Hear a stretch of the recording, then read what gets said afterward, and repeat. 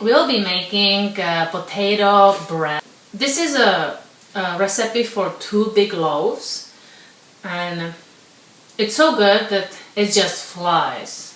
You know, you make it and half of the bread is just eaten immediately. The whole house smells amazing. So I hope you try it. It's really good. We will need 7 cups of flour, 2.5 cups of lukewarm water, 2 potatoes, these are cooked and peeled, 3 teaspoons of salt, 3 teaspoons of caraway seed, and then 3 teaspoons of yeast.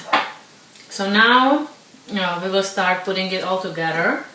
And first thing you want to do is shred the potatoes. So you use this little thicker one, not the thin ones. Doesn't have to be too thin. And you just add it to the flour mix. I mean, to flour. Just to the flour. Sometimes I cook them 2 days, 1 day before, or if you have leftover potatoes from some dinner that are cooked in a skin like this, then you can use it.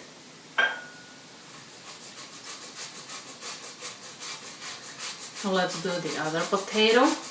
Here are the potatoes with flour, shredded. Now let's add about 2.5 cups of warm water. We'll have to see if we need to add more water or not.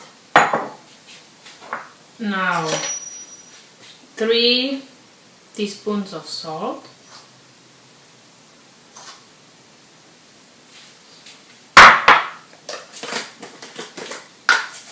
3 teaspoons of caraway seeds,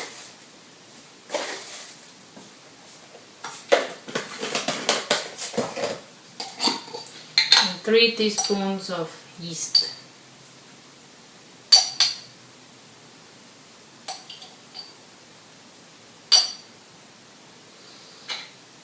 Added a little more because it's on the bottom, so it wasn't full. But it's just 3 teaspoons. And now we'll mix it all together. And I think I need to bring it closer. So let's mix the dough and see if we need to add more water.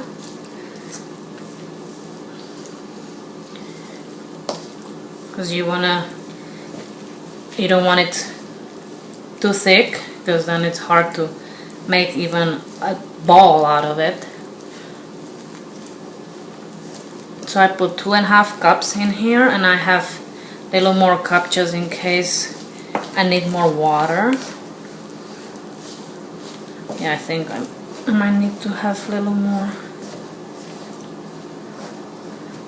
Yeah, I have warmed up a little bit of more water. Let's see.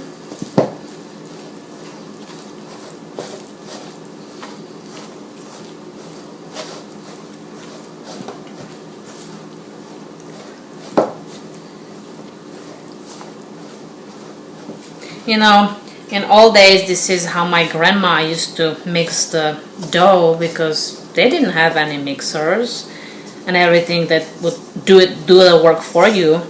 It's just good workout for your muscles, your arm muscles. And I think I have to put my hands into this. I just washed my hands so they're clean, because some stuff just wooden spoon, it's not good for, not enough, I mean. So you're trying to make a one solid ball. So try to incorporate everything together. You can use a wooden board. Try to connect all this flour and everything together. So as you see, I have a nice round ball. It's all one solid piece. And now I will put a little bit of oil underneath, because this way it's easier to kind of get it out. And I'll spread the oil around the bowl where the dough will be. It's not as easy, but it's okay to put it on a dough too. This way is a little bit easier when it's all risen up to get it out. And now let's sprinkle a little bit of flour. And now this little nice baby can grow and be nice big dough. Yummy. Here I have a pot with a little bit of water, and let's bring it to the heat and wait till it starts to boil or almost boiling, and then turn it off. So the water is boiling. Let's turn it off now. Let's bring our pot. As you see, the steam is coming up, and this will help the dough to rise up. Here is the dough, and I just covered it up with a towel. And now you can wait 1 hour or 1 hour and a half. I usually set it up for 1.5 hours. This way I know for sure that it's up to the top. But it depends how warm the environment is. So you can come back, check it in 1 hour, but I'll just do it for 1.5. This way it will be nice and big. After 1.5 hours, our dough is nice and big. Check this out. Beautiful, huh?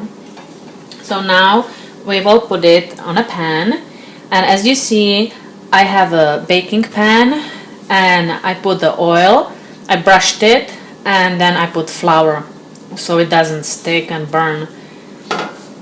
And now let's split this bread kinda in half.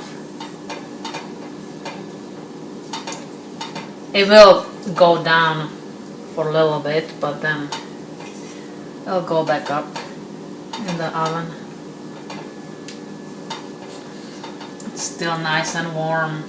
It's still active. Hope you can see what I'm doing here. Just trying to split this in two loaves.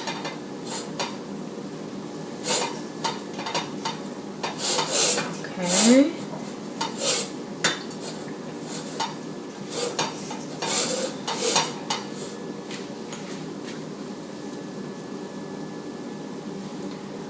Now try to make it in a bread. It will go big. It will grow still. And after it's on a pan, cover it with a towel and let it sit for 15 minutes. Because it still needs to rise up a little bit before we put it in the oven. Put also a little bit of flour on top of the bread. Sprinkle it a little bit. And now let's cover it up and let it rest for 15 minutes. After 15 minutes, it's raised enough, and now we can put it in the oven. The temperature is 350, and you will bake it for 1 hour.